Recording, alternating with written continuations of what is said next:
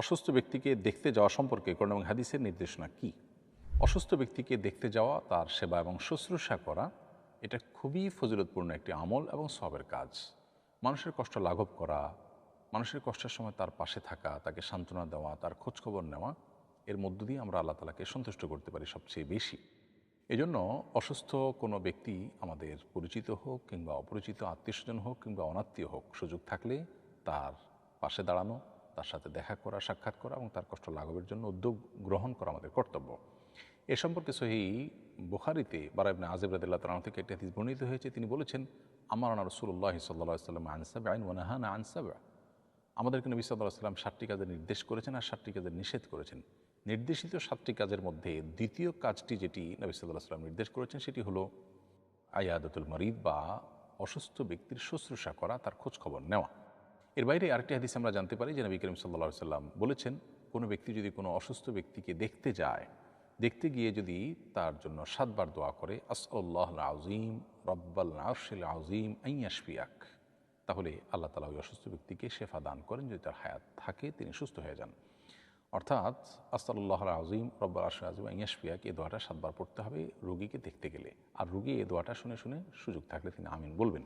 এর অর্থ হলো, আল্লাহর কাছে আমি চাই যিনি আরশ আজিমের মহান মালিক, তোমাকে যেন তিনি সুস্থ করে দেন। তো এই মর্মে আরও অনেকগুলো হাদিস আছে যেগুলোতে মূলত আমাদেরকে অসুস্থ ব্যক্তিকে দেখতে যাওয়া বা তার শুশ্রূষা করার জন্য নির্দেশনা দেওয়া হয়েছে। সহিহ মুসলিমের একটা হাদিস রয়েছে, নবী সাল্লাল্লাহু আলাইহি ওয়াসাল্লাম বলেছেন, যে ব্যক্তি কোনো অসুস্থ ব্যক্তিকে শুশ্রূষা করতে যায়, সে ব্যক্তি জান্নাতের বাগানের মধ্যে থাকে যতক্ষণ পর্যন্ত সে ফিরে না আসে। তবে অসুস্থ ব্যক্তিকে দেখতে যাওয়ার ক্ষেত্রে লক্ষণীয় বিষয় হলো যে এমন সময় যাওয়া উচিত যে সময় গেলে তার কষ্ট হবে না। দেখতে যাওয়াটা মূলত তার কষ্ট লাঘবের জন্য, সেখানে যেয়ে যদি তার কষ্ট আরও বেশি হয় তাহলে সেটা করা উচিত না।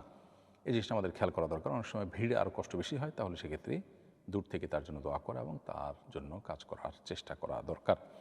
এর বাইরে অসুস্থ ব্যক্তির কাছে গিয়ে তার জন্য দোয়া করা এবং তাকে আশার বাণী শোনানো, তাকে সান্ত্বনা দেওয়া, যাতে করে তার কষ্ট লাঘব হয়, আল্লাহর প্রতিদানের সুসংবাদ শোনানো, বিভিন্ন হাদিস সেটি বোঝা যায়। এবং সর্বোপরি নিজের সুস্থতার জন্য দোয়া করা, অর্থাৎ কোনো অসুস্থ ব্যক্তিকে দেখে, কোনো কষ্টে থাকা মানুষকে দেখে নবী সাল্লাল্লাহু আলাইহি ওয়াসাল্লামের শিক্ষা হলো নিজের জন্য, রোগীর জন্য দোয়া করার পাশাপাশি নিজের জন্য দোয়া করা, আলহামদুলিল্লাহিল্লাযী আফানি মিম্মা ইবতালাকা বিহি, অর্থাৎ আল্লাহ তোমাকে যে কষ্টের মধ্যে রেখেছেন, আল্লাহ আমাকে যে সে কষ্ট থেকে মুক্তি রেখেছেন, সেজন্য আল্লাহর প্রশংসা আমি আদায় করছি। এটা নিজের জন্য আল্লাহর কাছে প্রশংসা বা মূলক এই বাক্য পেশ করে এক রকমের দোয়া এটি পেশ করা যেতে পারে। তো এগুলো হলো মূলত মোটামুটি আমরা একজন অসুস্থ ব্যক্তিকে যখন শুশ্রূষা করতে যাব, সেক্ষেত্রে কোরআন হাদিসের নির্দেশনা, সেগুলো মেনে আমরা এমনটা করার চেষ্টা করবো ইনশাআল্লাহ। আজকাল আমরা একান্ত পরিচিত, খুব কাছের বা স্বার্থ আছে এরকম লোক না হলে শুশ্রূষা করতে যাই না, যেটা খুবই গর্হিত একটা বিষয়। আমাদের অসুস্থ ব্যক্তির পাশে দাঁড়ানো, তার শুশ্রূষা করা এবং তার খোঁজখবর নেওয়ার অভ্যাস আমাদের গড়ে তুলতে হবে। আমি আপাতত বেকার, কিন্তু সহপাঠী, বন্ধুবান্ধব ও আত্মীয়স্বজন জিজ্ঞেস করলে আমি বিভিন্ন চাকরির কথা বলে থাকি, কারণ সত্য বললে তারা আমাকে উপহাস করে। এটি কি মিথ্যার অন্তর্ভুক্ত? এক্ষেত্রে আমার করণীয় কি? উত্তর হলো যে, বেকার হয়েও নিজেকে চাকরিজীবী হিসাবে পরিচয় দেওয়াটা এটা মিথ্যার শামিল। মূলত সরাসরি মিথ্যার আশ্রয় না নিয়ে একটু ঘুরিয়ে যদি আপনি বলেন, তাহলে সেটা জায়েজ হতে পারে। যে না, মানুষ কি বেকার থাকে নাকি, কাজ করছি তো, এই তো নিজের কিছু কাজ দেখাশোনা করছি। আপনি তো করছেন এরকম নিজস্ব কিছু না কিছু কাজ তো করেনি। তো এরকম একটু ঘুরিয়ে ফিরিয়ে যদি বলা যায় সেটা বলতে পারেন, কিন্তু ডাইরেক্ট আপনি যদি বলেন যে না, আমি একজন চাকরিজীবী, এই মুহূর্তে আমার একটা চাকরি আছে, অমুক কোম্পানিতে চাকরি করছি, অথচ আপনি তা করছেন না, তাহলে এটা মিথ্যা কথা। প্রয়োজনে মানুষের হাসাহাসিটাকে সহ্য করবেন, এর বিনিময়ে তো আল্লাহ তাআলা জান্নাত দান করবেন। তো এই জন্য চেষ্টা করতে হবে যথাসম্ভব সবর করার এবং মানুষের উপহাস এগুলোকে সবর করার, সহ্য করার। কোনো কারণেই উপহাস ইত্যাদির কারণে আপনি মিথ্যা বলতে পারেন না। আমাদের বাসার সামনে একটি মসজিদ আছে, মসজিদের অপর পাশেই বাজার। আমি সহজে বাজারে যাওয়ার জন্য মসজিদের ভেতর দিয়ে যাই। মসজিদের ভেতর দিয়ে নিয়মিত বাজারে গেলে গুনাহ হবে কিনা? এ বিষয়ে তবরানীতে আব্দুল্লাহ ইবনে ওমর রাদিয়াল্লাহু তাআলা আনহু থেকে একটি হাদিস বর্ণিত হয়েছে হাসান সূত্রে। সেই হাদিসে নবী সাল্লাল্লাহু আলাইহি ওয়াসাল্লাম পরিষ্কারভাবে মসজিদকে পথ হিসাবে, রাস্তা হিসাবে ব্যবহার করতে নিষেধ করেছেন। তিনি বলেছেন, লা তাত্তাখিযুল মাসজিদা তুরুকা ইল্লা লিযিকরিন আও সালাতিন, তোমরা মসজিদে জিকির আদায় করবে, জিকির করবে, সালাত আদায় করার জন্য মসজিদকে ব্যবহার করবে, কিন্তু সেটাকে রাস্তা হিসাবে ব্যবহার করবে না। অর্থাৎ মসজিদ দিয়ে শুধুমাত্র অতিক্রম করলে, এটাকে শুধু রাস্তা হিসেবে ব্যবহার করলে এটা করা উচিত না। তো এই জন্য বিকল্প রাস্তা থাকলে সেখান দিয়ে যাওয়া উচিত, একটু কষ্ট হলেও। যদি কোনো কারণে এটি না থাকে, অথবা বিশেষ কোনো কারণে কখনো কালে ভদ্রে করতে হয়েছে বাধ্য হয়ে, নিরুপায় হয়ে, তাহলে সেটা জায়েজ আছে। আর না হলে এটা করা মাকরুহ বা অনুচিত কাজ। আমার দাদি মারা গেছেন, প্রায় প্রতিদিন স্বপ্নে দেখি দাদির হাতে একটা সুন্দর গোল্ডের চুড়ি জ্বলজ্বল করছে আর একজন চোর তার দিকে এগিয়ে আসছে। এই স্বপ্ন কি দাদির আখেরাত জীবনের কোনো ক্ষতিকর দিক বোঝায়, আর আমাদের করণীয় কী? প্রিয় দর্শক, প্রথম কথা হলো যে স্বপ্নের ব্যাখ্যা সম্পর্কে আমি খুব বেশি জানি শুনি এরকম না, বরং এ বিষয়ে এক্সপার্ট আছে, আপনি তাদের শরণাপন্ন হলে ভালো হয়। আমি শুধু এটুকু বলবো যে কোনো স্বপ্ন দেখার পর যদি আপনার মনে হয় যে আপনার মৃত কোনো আত্মীয় স্বজন সম্পর্কে তাদের কষ্ট হচ্ছে বলে আপনার মনে হয়, তাহলে তাদের পক্ষ থেকে দান সাদাকা করবেন, দোয়া করবেন। এটা হলো আমাদের কর্তব্য। মৃত ব্যক্তির জন্য যা করণীয় সেগুলো আমরা করব।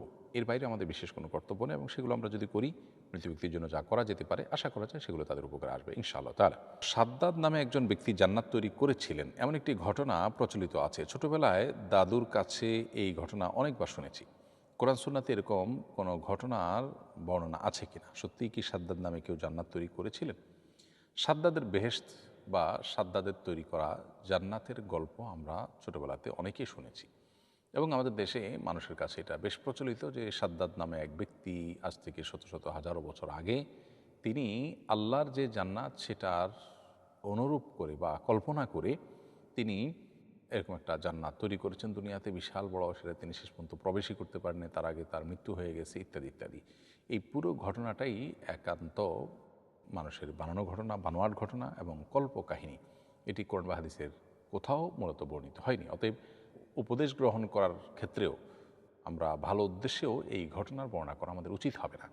আমাদের পূর্বপুরুষ যারা বর্ণনা করেছেন না জেনে না বুঝে কোরআন হাদিসের কথার মতো করে উল্লেখ করেছেন, আল্লাহ তাদেরকে মাফ করুন। আমাদের সতর্ক থাকতে হবে। নবী সাল্লাল্লাহু আলাইহি ওয়াসাল্লাম বলেছেন, মান কাযাবা আলাইয়া মুতাআম্মিদান ফালিয়াতাবাওয়া মাকআদাহু মিনান নার।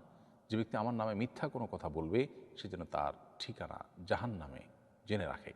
তো এই জন্য আমরা কোরআন হাদিসে যেটা বর্ণিত হয়নি সেটাকে কোরআন হাদিসের গল্প বা ঘটনা হিসাবে কখনোই বলা থেকে আমরা বিরত থাকতে হবে, এবং যে ঘটনা আদৌ ঘটেছে কিনা আমরা জানি না এবং কোরআন হাদিসে বর্ণিত হয়নি, জাস্ট কল্পকাহিনী আপাত দৃষ্টিতে, সেই ঘটনা বর্ণনা আমাদের করা অনুচিত হবে। সুদি টাকা দিয়ে গরিব মানুষকে বাড়ি কিংবা জমি কিনে দেওয়া যাবে কিনা? উত্তর হলো হ্যাঁ, গরিব মানুষকে সুদি টাকা দিয়ে জমি কিংবা বাড়ি কিনে তার মালিক বানিয়ে দিতে পারবেন।